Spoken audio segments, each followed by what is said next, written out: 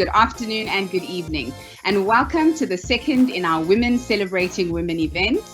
Today, each of our speakers will share how they feel that their time at Saints has set them up for a global career. I'm really excited about today's conversation. We've got three fantastic women, and I hope that you guys enjoy it as much as we do. My name is Lethabo-Thabo Royds. I use Tubbs for short, and I'm from the class of 2006. I'm a content and communication specialist, and I've worked in all forms of content and communication. I've worked as a journalist, travel writer, PR specialist, social media, you name it. And I'll talk you through our three speakers, and you'll hear from them. I'd like to thank our speakers for making themselves available and for sharing with us. I'd like to thank you, our audience, for joining us. And I'd like to thank the OSA and the Old Girls Committee for bringing us all together. The Old Girls Subcommittee is focused on getting more old girls involved in the OSA and its work. So please sign up for the committee, sign up for the OSA, and help us to amplify women's voices within the OSA. You can do that by emailing alumni@stithian.com. And if you'd like to check your OSA membership number or sign up for the OSA, you can do that by using that same email address, alumni@stithian.com. There are quite a few benefits to being a member of the OSA, one of which is that your child will get an additional point in the admissions process. And now during the pandemic, you will be able to access the campus when access has been restricted. Without further ado, let me talk you through our order. Our first speaker will be Asi Mbelu from the class of 2009, followed by Georgie Van Der Walt from the class of 2002.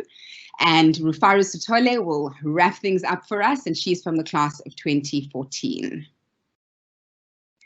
Asi, from the class of 2009, is in the final year of a PhD in economics at Trinity College, Dublin. Her specific field is macroeconomics and finance, but her work involves doing research and teaching. So she's a macroeconomist, but she's actually teaching master's level microeconomics, so studying and teaching at the same time, like a boss.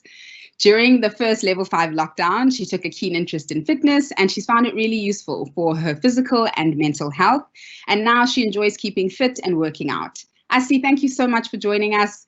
Please, over to you. Thank you, Tubbs, and thank you, everyone. Also, thank you for this invitation to be on this platform. As you introduced me correctly, my name is Asi Mbelu. I matriculated at Stithians in 2009. Funny enough, our motto that year was, "Be ready to shine for 2009." And I do think we did shine. So as you have mentioned, I am a final year PhD student. I'm in my 4th year at Trinity College, Dublin. My field is in macroeconomics and finance. And part-time, I also work as a teaching assistant. So I've been teaching master's level microeconomics and its related subjects. So it's also impact evaluation, game theory, and so forth, and development economics as well. So very different to what my field is, but has been very useful in me remembering what I've learned in masters, but also linking those concepts to the work that I do, the empirical work that I do. So just a quick explanation of what got me into the field that I'm in now, and what was a big motivation to get into economics. I think, so when I think back at my high school career, there was one moment in St. Stithians that really catapulted me into a field of economics, but more specifically being interested in policy. At St. Stithians, when I was in grade 11, so this was in 2008, I was nominated to go on the Global Young Leaders Conference, which was to be held in Washington, D.C. and in New York City. The conference comprised of 400 delegates from across the globe, 30 or so of which were from South Africa, and another 30 or so of which were from Trinidad and Tobago. It was huge. There were a lot of us, but the conference itself was it was quite eye-opening for me in that not only were we given lectures by politicians and influential people who used to be in politics, such as Reverend Jesse Jackson, but we also got to simulate what it is like to work in the United Nations. We learned a lot about policy. We actually, when we went to the United Nations, got to go and sit in the General Assembly and we had a simulation. So everyone was put into different country groups, and we simulated different problems and trying to reach conclusions on those problems.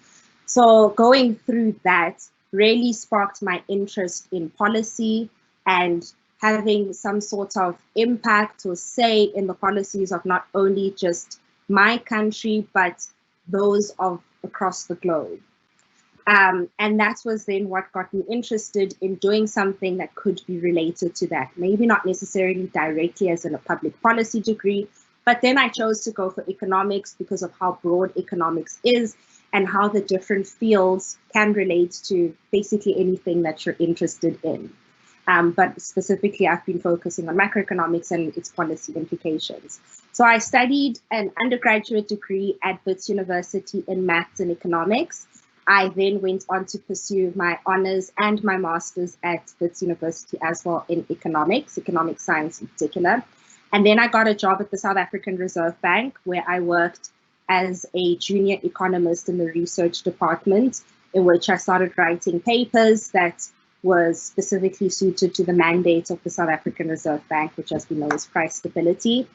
And being in the Reserve Bank as well just went and further enriched this interest that I have in policy making and how research can have a say in policy, because the research that we were doing was being seen by the members of the Monetary Policy Committee and was adding to the input that they would need in order to make their decision on the interest rates, which we know affects everybody.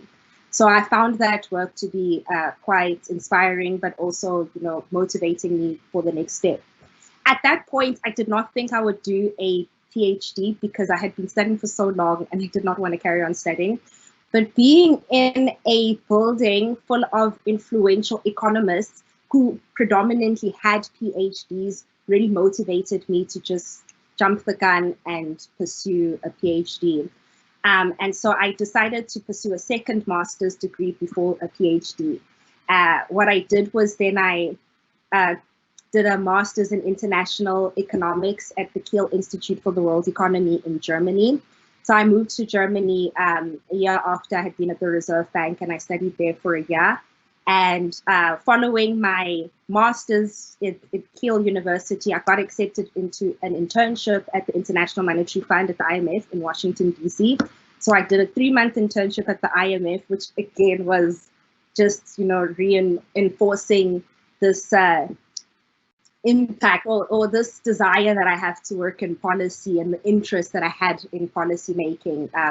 Also, the International Monetary Fund works with 183 member countries and advises all those countries on their policy initiatives. So being in that environment and learning what they did was really quite an eye-opening experience for me, and again, motivated where I would like the direction of my career to go. So after my internship, I got accepted into Trinity College Dublin to start my PhD, and I have now been there for 3 full years. This is my 4th and final year.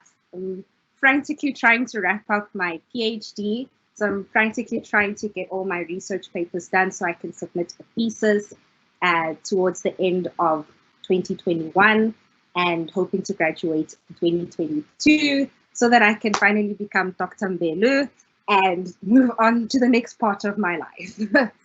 And yeah, that is my story in short. Thank you. Well, prematurely, Dr. Mbelu, thank you for sharing with us. And yes, my apologies, it's Asi Mbelu, which is not what I said earlier. I think, yeah, I mean, fascinating. You're so well educated and well traveled with that education in terms of fields and places that you've worked in, but also countries and countries where you've been able to study. So that's really awesome. Thank you for sharing with us. I'd like to invite all of you, our attendees, to please use the chat function to send through your questions for our speakers. And at the end of all of the speakers sharing, then we will be able to take the questions. So if you already got some questions for Dr. Mbelu, you can send them through. Our next speaker is Georgie Van Der Walt from the class of 2002. She spent 13 years in consumer packaged goods, having been an agency lead, and now she's at Facebook, where she's been for over 5 years, leading some of the world's biggest brands. She was the third employee starting Facebook Africa, and she's now been at Facebook in New York for 2.5 years. She's actually leading the global business for Mondelez, and that Mondelez is responsible for delicious snacks like Oreo, Cadbury chocolate, Trident. Anyone else hungry? She's a mother of a 3-year-old daughter, and she is pregnant and expecting a second daughter in February. She enjoys making clothes. She's self-taught, and she used to have a fashion line with a friend of hers, and she's hoping to pick this up again in the future. Georgie, thank you so much for joining us. Over to you. Thank you. Thank you so much for the introduction and for having me. It really is an honor to be here with this group of women celebrating women. And as Sheryl Sandberg says, there's a special place in hell for women who don't help other women, and I tend to agree with her. So my name is Georgie Van Der Walt, and now I've learned to say Van Der Walt, now living in the US, otherwise no one understands you. It's quite ridiculous. I've been at Facebook now for over 5 years, and you know, if you offered a seat on a rocket ship, you don't ask what seat, you just get on. And it has been an exciting ride so far. And after 5 years of service, you also get 1 month off. So I'll be adding that to my maternity leave and hopefully coming back to South Africa to spend some time at home. 3 of those years I spent building Facebook Africa, like you mentioned, from the ground up with 3 other colleagues in Johannesburg. And I was given the small task of leading our global CPG or FMCG clients across the continent. So I spent a lot of time in Nigeria and Kenya, as they were our key countries. And I'm just ecstatic that we've opened an office now in Nigeria. So I'm looking forward to great things that come out of that addition too. 2.5 of those years I've been in New York, leading our global solutions partner team here across our biggest global clients in CPG. And most recently leading the global business for our client Mondelez. So as you said, those yummy snacks like Oreo and Cadbury and Milka. Prior to Facebook, I spent my career in advertising at Ogilvy and as a senior marketing leader at Cadbury, Kraft, Mondelez, and Kimberly-Clark. So there was a stint there where I was in marketing with food that I couldn't, with products that I couldn't eat, which was a change. Marketing and advertising is what I studied at UCT, and I did my postgraduate in red and yellow in the same thing too. So before coming to Saints, actually, a huge part of my childhood and what I believe to have shaped me in a tremendous way was living in Hong Kong. I was only 5 years old when we moved there, and my earliest childhood memories are literally from Hong Kong. So in some weird way, I think of myself as half Chinese and half African. It's quite a weird combination. But lastly, this brings me to Saints and, where I matriculated in 2002. And when I think about how Saints set me up for global success, it's really hard to pinpoint one specific thing. But what I definitely do know is that I loved going to school. Like, I loved learning. I loved being with my friends, and being with them every single day at school. I think the friendships are what made it special. And they're still my best friends to this day. And maybe I'm getting sentimental as it's Thanksgiving here in the US tomorrow.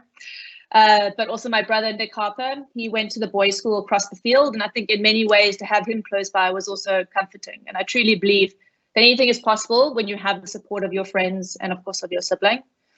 So, but I do owe a lot to the sport that I did at Saints, which was springboard diving. And it takes a lot of discipline and a lot of guts to jump off of a 3, 5, 10 meters, every single day. So do something every single day that scares you has been my personal motto since I can remember. And I think diving definitely helped in that regard, something I've carried on throughout my life. So thank you very much for having me. And I look forward to the Q&A and hearing from the other wonderful women here.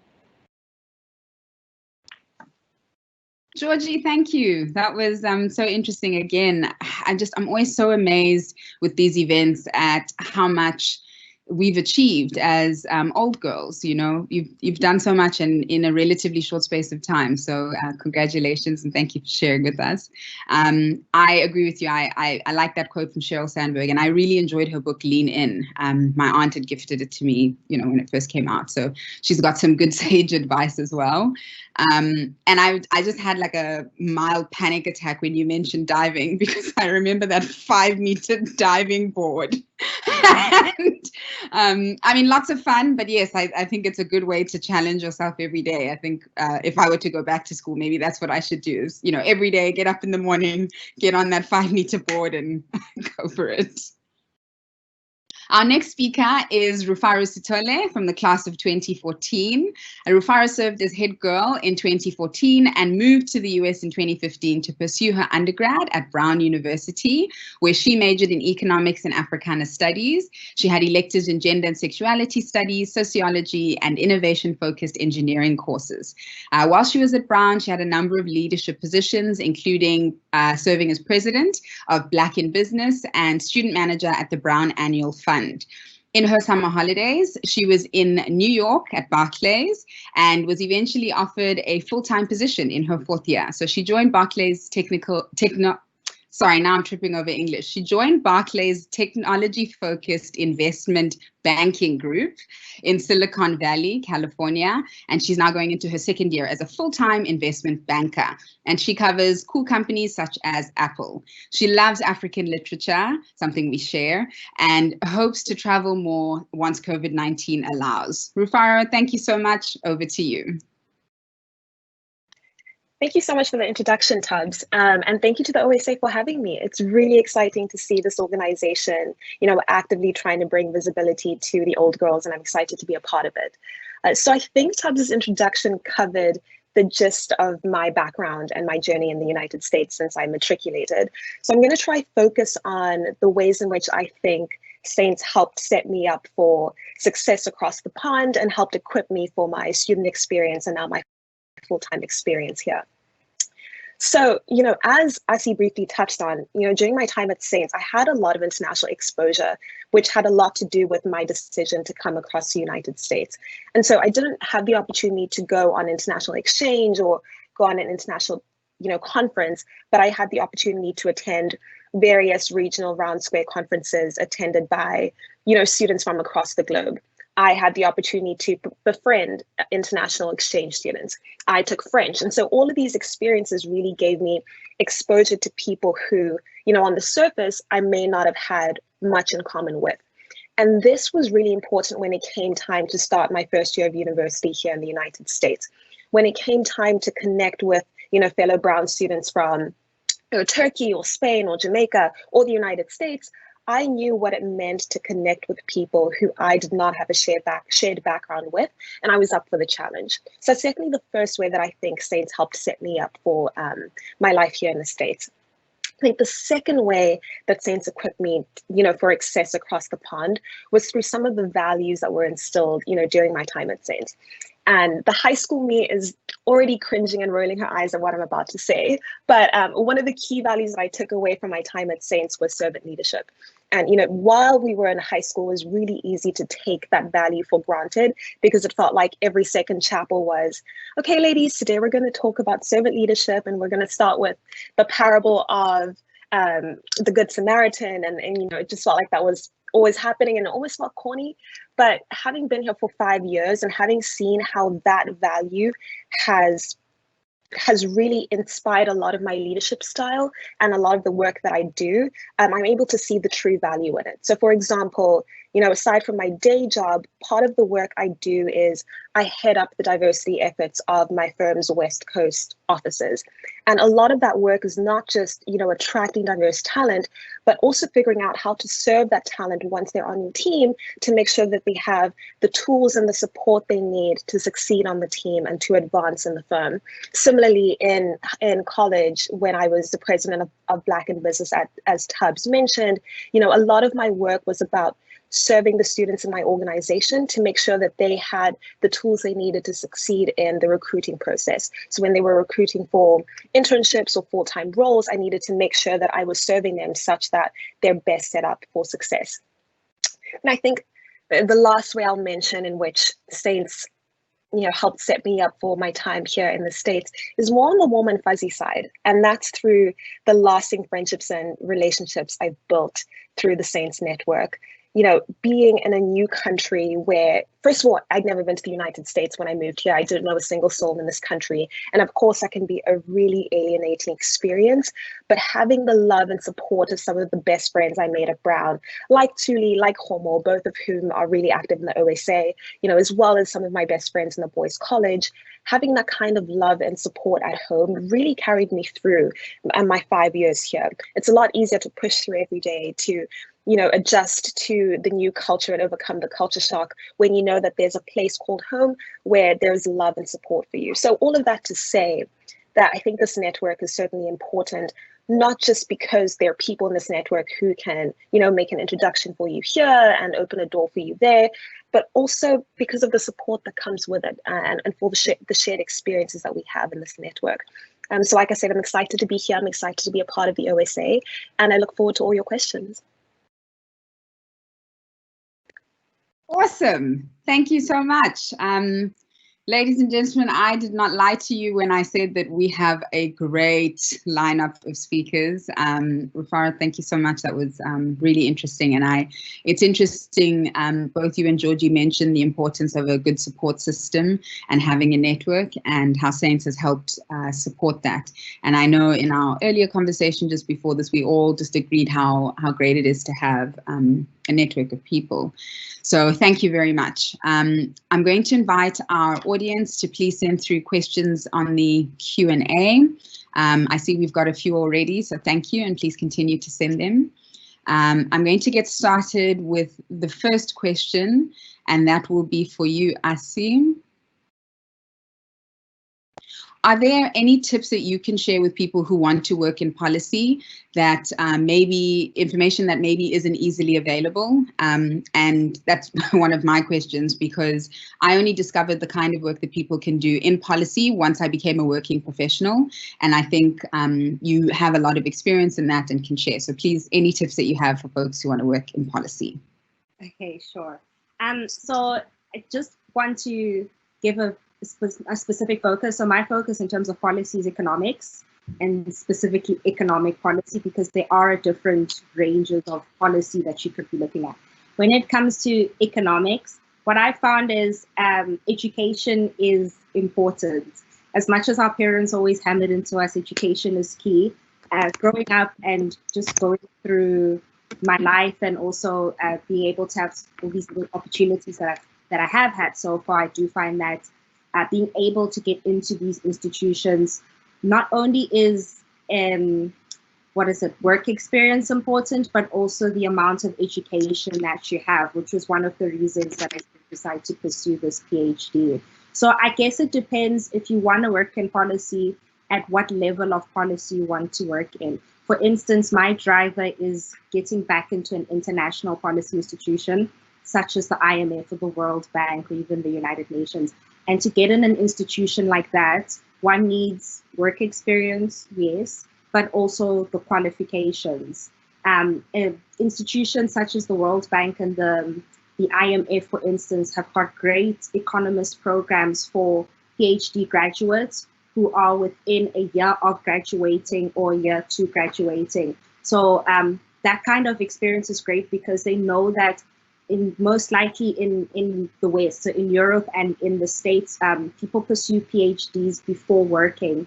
And there are lots of graduate opportunities that are available for them, knowing that they don't have work experience, but they are quite qualified and they can bring a different perspective to the table, because they should be experts, so to speak, in their field.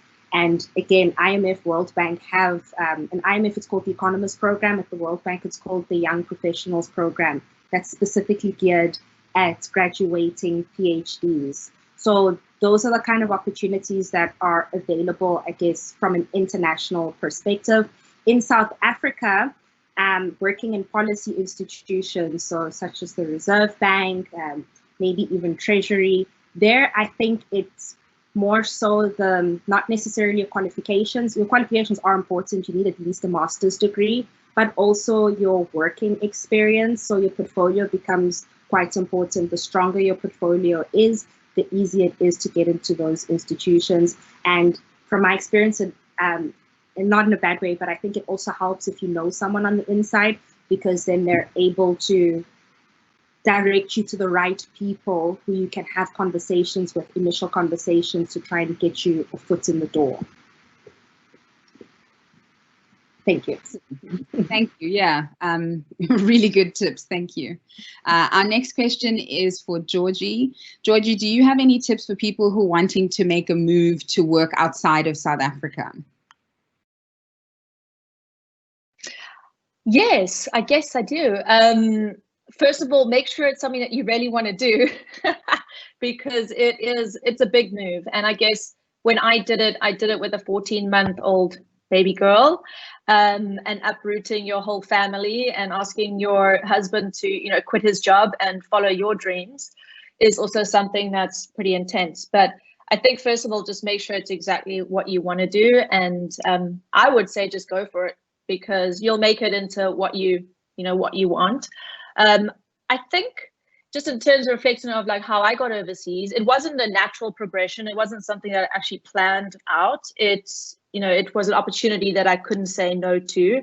And I think fundamentally what got me there to that opportunity is the networking and making sure that, you know, where you're working now, or the friendships and, you know, the relationships that you build with your colleagues are fundamentally important in order to set you up for that, because ultimately without that, I truly believe that the opportunity wouldn't have come around. And so I think just treat every opportunity you can where you're currently working, and make the best of it to set you up for anything outside of South Africa. Awesome, thank you. Yeah, really, really useful tips. And I agree with you. I think it's a big move. You know, we live in a really global society, and sometimes places seem a lot closer than what they actually are.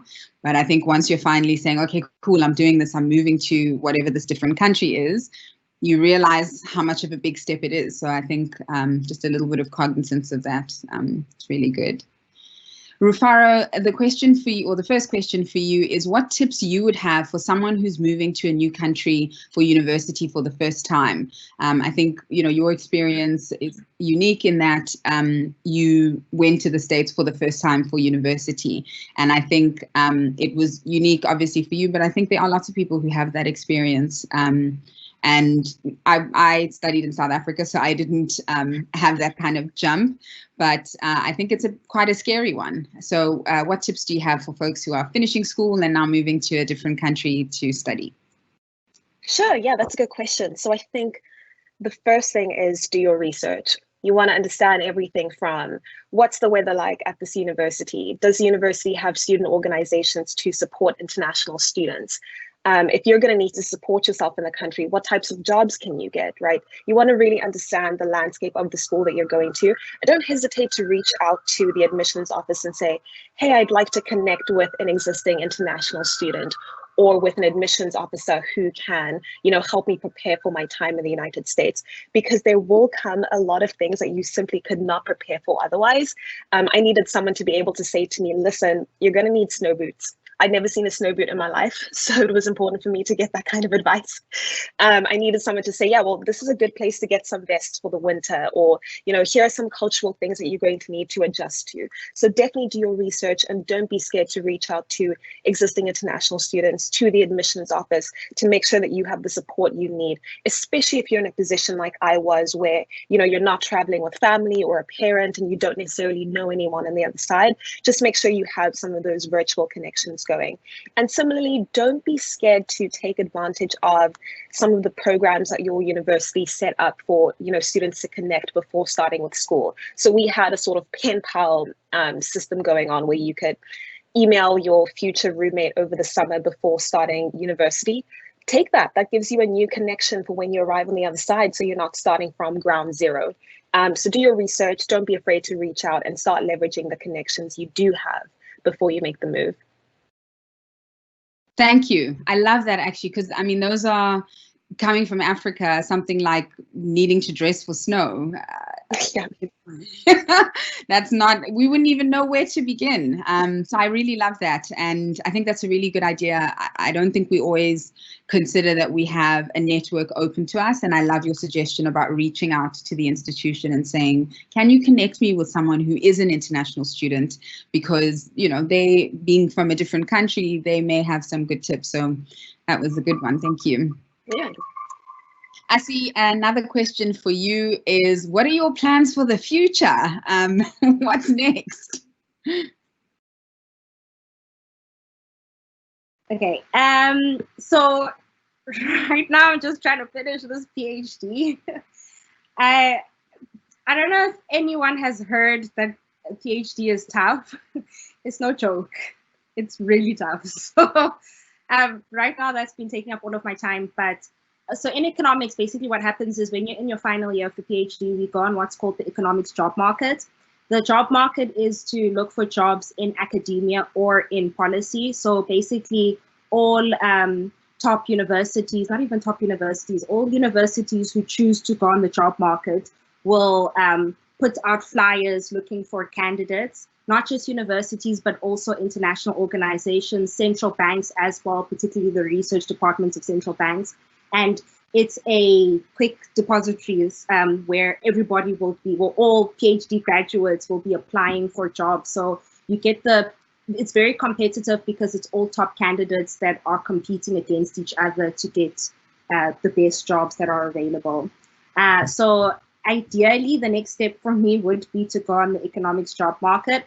But if not, I'm also just applying for jobs. I would love to work at an international organization. So my first preference would be to apply for some of those programs that are available, if not just a straight position there. And I think my portfolio is quite strong enough right now because I do have some published papers and I have some experience working there, even though it was for a short period of time. So I am confident and hopeful that I can get into one of those organizations and then move on to the next phase of my life.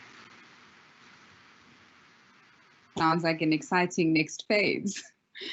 Georgie, the next question for you is, if you have ever experienced it, having achieved so much already, do you ever have to deal with imposter syndrome? And if you do, how do you deal with it when you're facing new challenges in your career? Good question. Absolutely. I think probably every single day. And I'll probably tell you a bit of the story. So I think it was last year when I went into my first big meeting and realized that I was the only female in the boardroom, and everyone in front of me was 50 plus white American males. And it just dawned on me that, what am I doing here? I am this little South African, and why did they put me here? You know, why, all these things. And honestly, it's something that doesn't go away. And it's very apparent, I think, absolutely across majority of my meetings, actually. It's a very male-dominated world, especially in America at these high-level jobs. But I think what I've taught myself is to really treat my job, like my career, is not as a ladder as a jungle gym. And really taken on different roles that have stretched my thinking and put me into these fiercely difficult situations where I've had to either sink or swim, and have gradually just proved myself that, you know, I can survive in these situations and that I do belong here. And you've kind of just got to keep telling yourself that, right? And I guess it's really just broadened my thinking going in like that. And I went into my second round where I just had my second meeting as the only female with these white American men again. And I went into that meeting with a completely different frame of mind, knowing what I was stepping into, and totally owned it. So I guess you just got to talk yourself up to it and prove yourself that you can do it and just continue to. But yes, it's every single day. It's something that I guess you got to learn to deal with. Yeah, that's good advice. You do just kind of have to say, you know what, I'm here now, let me do it. And it's interesting that you bring up a point around diversity, because that was actually the next question for Rufaro. I think working within your organization and focusing on diversity and inclusion in the workplace, I think certainly for me as a Black woman, a lot of people aren't aware of how undiverse, let me put it that way, workplaces can be, and how unwelcoming they can be, whether it's in the practices, whether it's in the people you work with or report to. There's just a lot that people are not aware of if they're, I suppose, not conscious of it. So this question for you is, have you found that there's been a big change in the States following the larger public awareness of BLM? And do you see that in your workplace? Do you see it affecting how people are responding to diversity and inclusion? Sure. So I think a lot of the change has been organizational in that we've seen big corporations like the one I work with come out with statements saying, you know what, we realize we haven't been doing enough to support Black communities and our Black colleagues, and we're going to, institute a new program or some sort of initiative to improve diversity in the firm. But I think there's a lot of work to do on the ground to make sure that those values that all of these corporations are now espousing are actually reflected in the workforce. And so, it's one thing to, stand up as the CEO of an investment bank and say, diversity really matters to me. And it's another thing to say, okay, great. So what are the numbers like in the teams that we have on the ground, right? I'm in a team of about 50 people. And as it stands, I'm one of 5 women. I'm the only Black person on the team. And so there's a lot of work that needs to be done. And that work is going to take a concerted effort from the highest levels of leadership. And so I think there is a change in mindset, but there isn't enough happening as far as action is concerned. And that's just not with, my employer, that's across the board in the United States, right? There's a lot more action that needs to be taken. And unfortunately, that does mean a lot of people in my position do need to put in the work to, number one, make sure they're informing their teams, and number two, figuring out how these teams can then action their steps towards improving diversity. It's just a lot of work, certainly, and there's a lot of a way to go. But I will say that we've seen a change in the narrative where we have a lot of important people now bringing this conversation to the forefront and highlighting it as a priority to them. Thank you. Yeah, so important. And it's essentially, you've got to walk the talk, right? You can't say like, oh, I'm all about diversity and inclusion, but then, people look at your senior management and it's like, are you sure those are what your values are? Exactly. Yeah. So we have a few more questions that have come through on the Q&A, and these are questions that I'll ask all 3 of you. So please feel free you can let me know who'd like to begin, and then the rest of you can join in. The first one is, in relation to being a woman, have you experienced any barriers in your workplace because of being a woman, and how have you overcome them? So simple ones are things like time off for childcare. Obviously, the woman, as much as there's maternity and paternity leave, in most places paternity leave is like a week, and in some places they are willing to give the mother of the child a much longer period of time off and a shorter period of time for the father, or maybe they don't even want to give you time off. So I'm not sure. Actually, maybe should we start with you, Georgie, because you already have a cutie and you're expecting another one. Yes, sorry. Had to unmute. No, absolutely. I think, and also on my previous answer, I think being a woman, you do experience different barriers because of just who you are and what you've got to, deliver, i.e. a child. But I think I'm very lucky that I do work for Facebook, and they are very open-minded in respect to this. So very lucky that in the US, normally maternity leave is dismal, a couple of weeks, or it's atrocious. But at Facebook, they've just extended that to 6 months, thank goodness. So quite competitive, actually. I think it's more than I got when I was back home in South Africa with my previous company. And they also do the same for males, give them 4 months off, which is quite intense, because that means half the company is off. Well, it used to be half the company, and now it's probably everyone at some point in time is off. But I do think that what I've learned very quickly, and like, again, I'm very fortunate for where I work, but they do allow you to set your own boundaries. And so, for example, when I moved to New York, and it's an always-on city, right? They want you to work round the clock and always be available. For me to come in with my 14-month-old to a new city, and I said, I am not going to work past 5 o'clock. I will leave every day at 5, and people leave at 10. 12 at night. And I will then go home and spend time with my daughter and then log back in at 8 p.m. And I did that, and everyone knew that I was leaving, and they could get hold of me at 8 o'clock if they needed me, but that was something I wasn't going to give on. And so I actually saw a lot of my other colleagues do the same thing. And so I think they gave us freedom to do that, but I think you can always test the waters and make sure that you're not doing something that's detrimental to yourself, because the guilt that comes with that is just horrific. So it kind of gave me a bit more freedom to set that boundary. So I think that's one thing. Yes, there are barriers, but I think there's ways that you can kind of set your own boundaries around them, just to ensure that people can work around you too, and that, you know, you're also important. So I like that, yeah, setting boundaries. That's important. Rufaro, would you like to share with us if you've experienced any barriers because of being a woman and how you've overcome them? Yeah, there are definitely many barriers to being a woman in investment banking, and a young one at that. I think a lot of those barriers are cultural. For example, one of the ways in which a lot of the younger people on my team connect is through fantasy football. Number one, I know nothing about American football. Number two, I have no interest in learning anything about American football. But you know, the way in which I work to overcome that is finding new ways to connect with my team members. And that can be anything, right? That can be speaking to people who've had similar international experiences to my own, or who are from the East Coast, which is where I went to university, just finding new touch points to connect with the people on my team.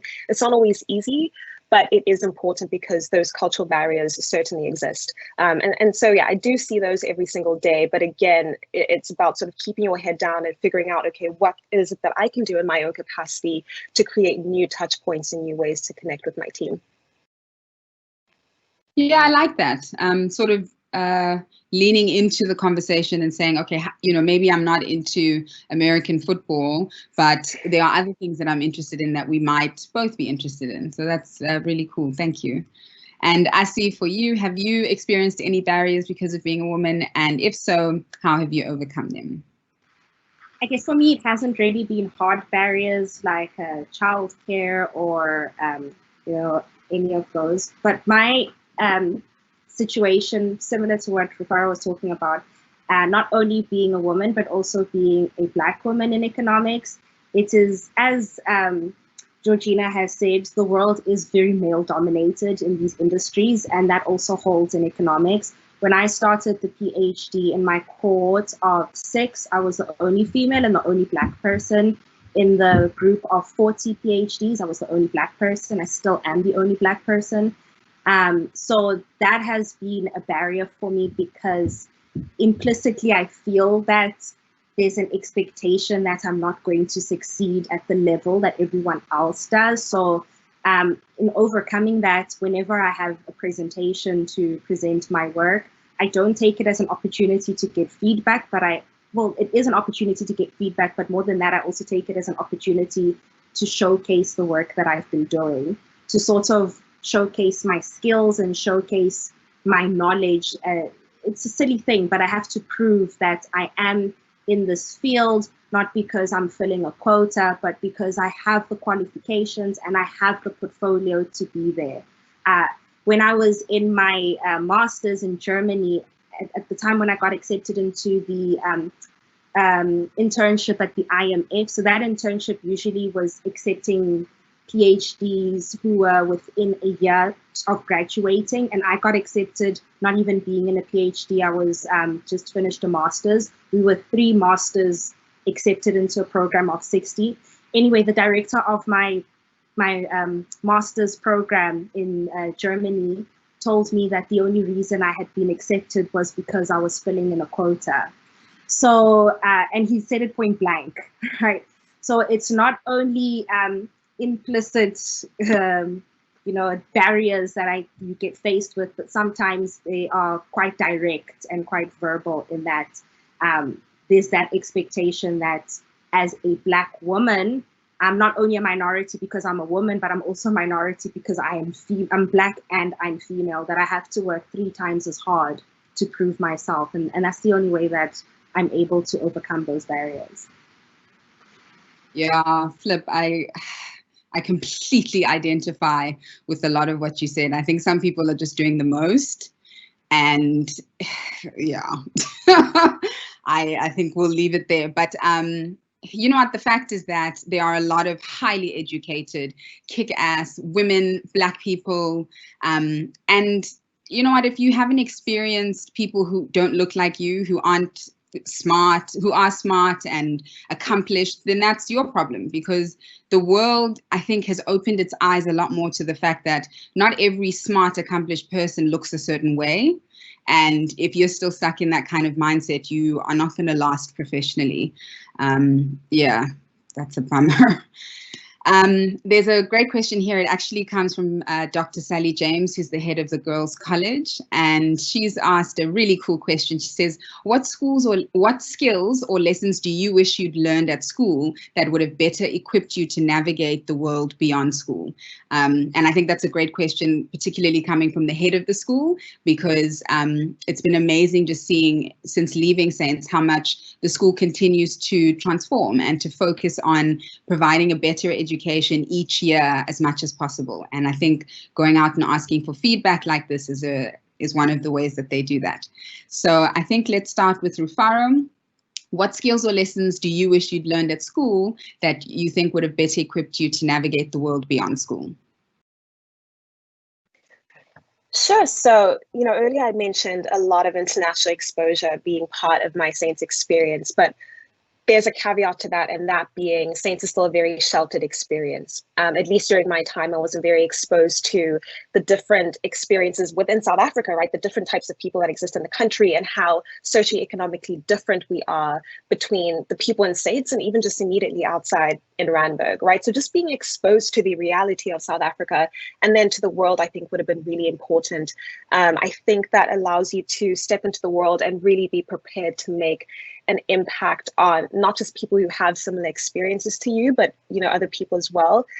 So I think exposure to the realities of South Africa, the realities of our socioeconomic disparities in the country, and then of course in the world, I think would have been important. I think, as I stepped into university, I was thrown into a lot of very difficult conversations, especially with Trump's election starting up, having to learn about, global race dynamics and that kind of thing. And I think having been exposed to those kinds of conversations earlier on, or introduced to those conversations within the high school context, I think would have better set me up to take on those difficult conversations and to take on the real world, I think. Yeah, that is true. I think school can be quite a sheltered environment, so it's good to be exposed to more. Asi, we'll go to you. Could you please let us know what skills or lessons you wish you'd learned at school that would have better equipped you to navigate the world beyond school? Okay, it's a bit of a tough question for me because I think I gained a lot from St. Stithians, and before I moved to Saints, I was in a government school, so I have the ability of comparing the two, and I do find that my experience at Saints really did prepare me and give me an opportunity to catapult me into my career so far. But I think if I were to just pick one thing, and this is just really fine picking, I wish I could have learned more presentation skills.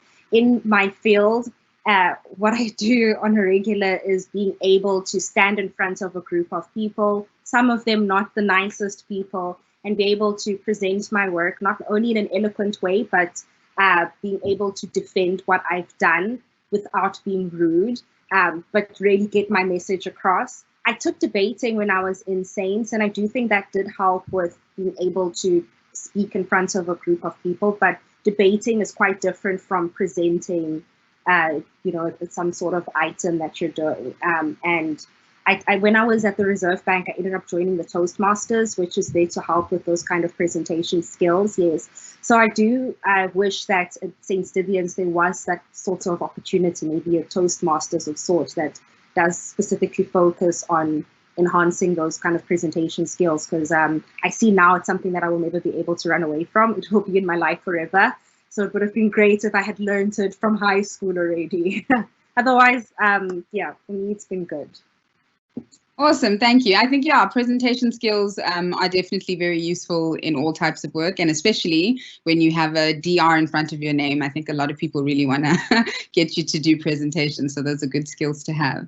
And Georgie, for you, could you please tell us what skills or lessons you wish you'd learned at school that would have better equipped you to navigate the world beyond school? Sure, and I was in school a long time ago, so not actually sure what topics and subjects you guys still cater to now. But I think one for me was literally being able to discuss and learn how to handle tough topics. And I think, and maybe this is obviously in hindsight, just with the world where we're at now, and the topics that we have to discuss at a professional level, but being able to embed that at a younger age, whether it's diversity and inclusion, or it's just tougher topics around life in general. And I know we've had some classes like that, but and you would probably wait for university to embed that. But to bring that culture of sharing and discussing really tough things and practice this as a life skill, I think would only set you up into university and beyond, specifically in the professional life where you're dealing with this daily. It's something that I wasn't equipped with even going into my first job, having tough conversations. And at work, we're actually encouraged to have a tough conversation every day, and to have that tough conversation is difficult. And I think it comes with practice. So I would have loved to have learned how to handle that at an early age. Yeah, those tough conversations in the workplace are not easy. And I had an encounter not too early in my career, but with someone who was in a position of power, white and male. He said some really offensive, really racist, really sexist things. And I'm pretty confident in putting my perspective across. And so I thought I'd be okay. But when I had this man sitting in front of me, and he could tell that I was agitated and he wasn't ready for what I was about to say. And when I began to talk, he kept talking over me. And I had to take a minute and I had to say, this is a tough conversation. You need to be tougher. And so I think that advice, Georgie, is so useful because, I didn't expect to have to deal with something like that. And I think, that's how tough conversations are. You just don't see them coming. And, if you at least have some kind of grounding that you're able to be respectful, but make your point really clear, that's an invaluable skill, not just in the workplace, but I think in life in general. So the final question is for all of you, and we'll go through one by one again, is do you think living in a different country has given you a different perspective, and what would that perspective be? I think, Rufaro, let's start with you, please. Sure, where do I even start? My perspective is definitely very different and has definitely broadened. I would say the first way in which it's broadened is understanding that there's so many different people in the world with so many different backgrounds that you can learn from. There's so many cultures to learn from, so many experiences to learn from, and people you can connect with on that front. I remember when I first arrived in the United States, I landed in the airport in Atlanta and I saw a ton of Black people and I thought, great, okay, cool. I'm comfortable. I see people I can relate with. Then they opened their mouths with American accents and I thought, wait, never mind. No, I don't, we don't have a shared background. I don't really connect with them. And then learning to build those connections organically. So I would say it's broadened my understanding of the real diversity that's there in the world. I think we all think we know it, but being exposed to it and being able to connect with people with those backgrounds and learn from each of those cultures, I think is the biggest contribution to my perspective that I've had, being abroad. Yeah, good one. Asi, let's go to you. Do you think living in a different country has given you a different perspective, and what is that? I just want to echo what Rufaro said as well. I think for me, just being exposed to so many different people, different cultures. I lived in Germany for a while, so I had to learn a different language, which I've completely forgotten. But when I was there, I can count in German, and I know how to say a few vegetable names in German. So really that was quite eye-opening for me as well. Just the environment as well. In South Africa, we tend to be sheltered and we know what we know because of course that's what we've been exposed to. But living abroad, for instance, Dublin is such an expensive city and rent in Dublin is crazy high. So when I go back home, I appreciate being able to buy food at a reasonable price, right? And go out and eat at fine dining restaurants and pay half the price I would if I were here. So those little things I really do appreciate, and it has opened up my eyes to those experiences. But beyond that, also just the opportunities. I think there have been so many more opportunities that have been available and have presented themselves to me, having this international experience that I do, that I definitely would not have been able to get had I just stayed in South Africa. Of course, I mean, I love home, and for me, particularly in policy, the work must first be done at home before it's done anywhere else. But to be able to do that work efficiently at home, having this international experience will give me more of a stepping stone when I do eventually go back home. So those opportunities have been invaluable for me. Absolutely, yeah, I agree. And Georgie, for you, do you think living in a different country has given you another perspective, and what would that be? Absolutely. You know, you when you get on the plane and you enter into another country, you think it's this big scary world, and you know how you're going to fit in and how you're going to survive. But what I've just come to realize is that, you know, we're all people at the end of the day. And, you know, an American is no different to a South African. And if you just treat it as such, you can find those commonalities at the end of the day. And I really do think as South Africans, we bring a unique perspective to the world. And I think people do appreciate it, which has been heartwarming for me. I mean, you hear them throw out African proverbs like it's their own. Really? Do you know what that even means? But it kind of makes you appreciate where you come from. I love it. And I love being a South African overseas, because I think people think that we're interesting and we're pretty unique in the way that we think and talk about time, for example. No one knows what I'm talking about when I see them just now or now or later. And so I quite like throwing those out just to confuse everyone. But I do love it. And I think it has opened my eyes. But I do think that when I was young, living in Hong Kong abroad, I wanted to give my daughter the same opportunity. And for anything, I think it's for my kids to experience something else beyond South Africa. And for them to have that experience, I think is really unique for them too.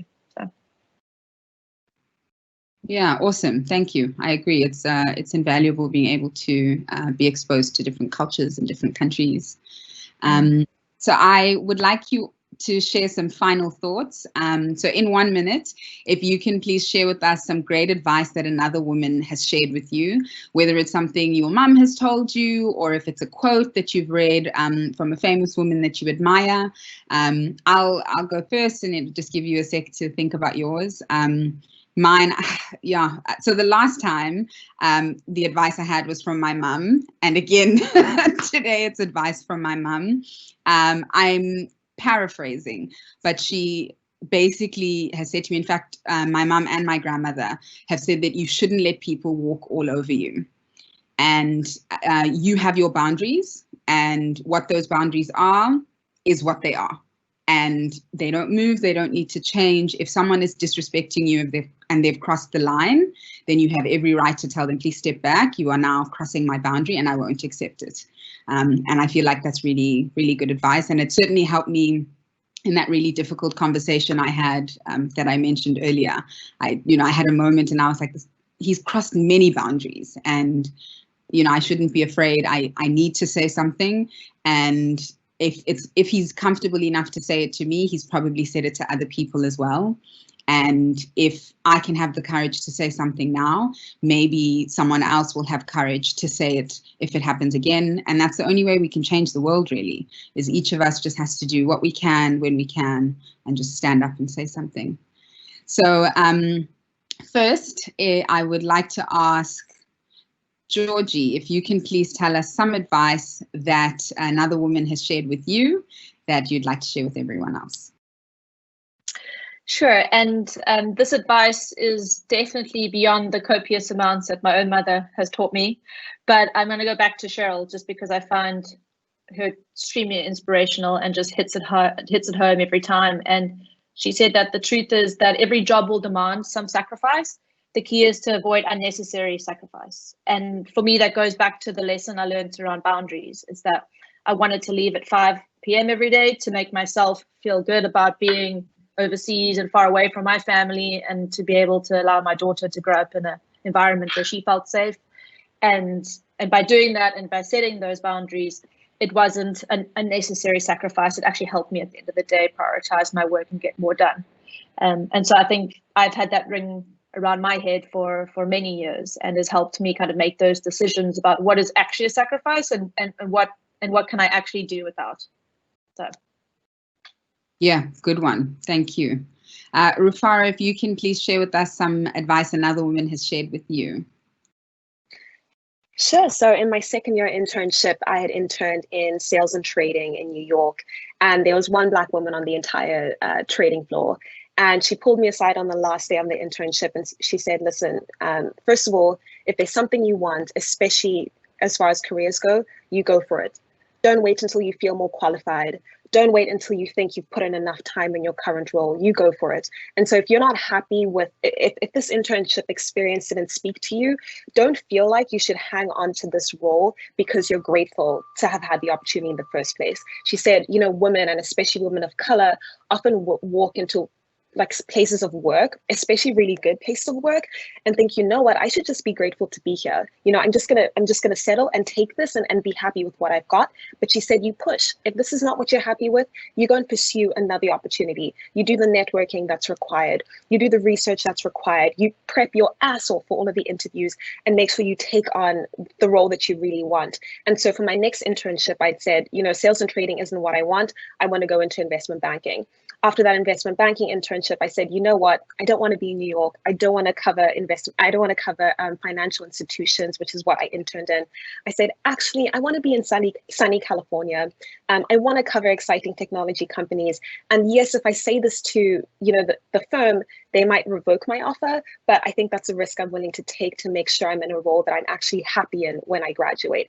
And so here I am now. And so I'm really glad that she gave me that advice. And I'm glad that I had the courage it took to say, you know, thanks a lot for this opportunity, but actually I want a little more, or actually I want something different. And that's been quite critical to me so far. Oh, I love that. And thank goodness for that woman who just like pulled you aside and was like, piece of advice. I love that. So thank you. And Asi, if you can please share with us some advice that another woman has shared with you. Sure. Mine's not necessarily advice, but more an action that has really inspired me. So last year, Esther Duflo won the Nobel Prize in Economics. She was the very second woman to win the Nobel Prize in Economics and the first female economist to win that prize. And what she said was she's opening up the door for more women in economics to achieve such great honor. And that for me was something that has stuck with me and has been quite inspirational because, as I've said, and as also Georgie has reiterated, that these industries are very male dominated. Economics as well is no exception to that.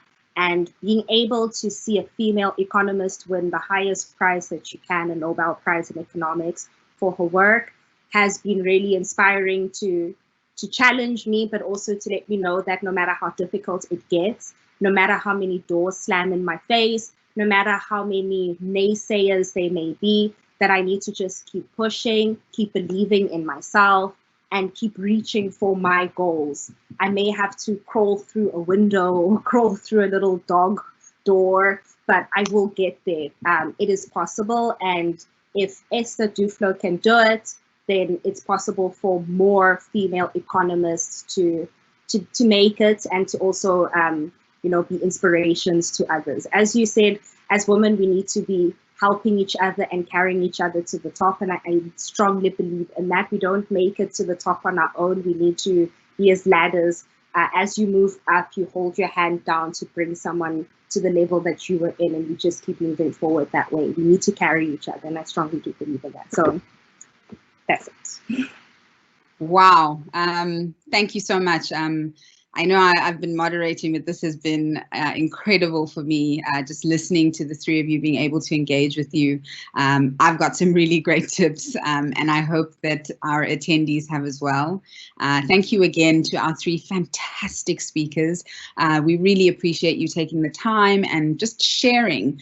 You have such a wealth of knowledge and you're all really interesting to listen to. So thank you. Thank you very much for availing yourselves and for joining us. Thank you to our audience for joining us, and thank you again to the OSA and the Old Girls Subcommittee for putting this event together.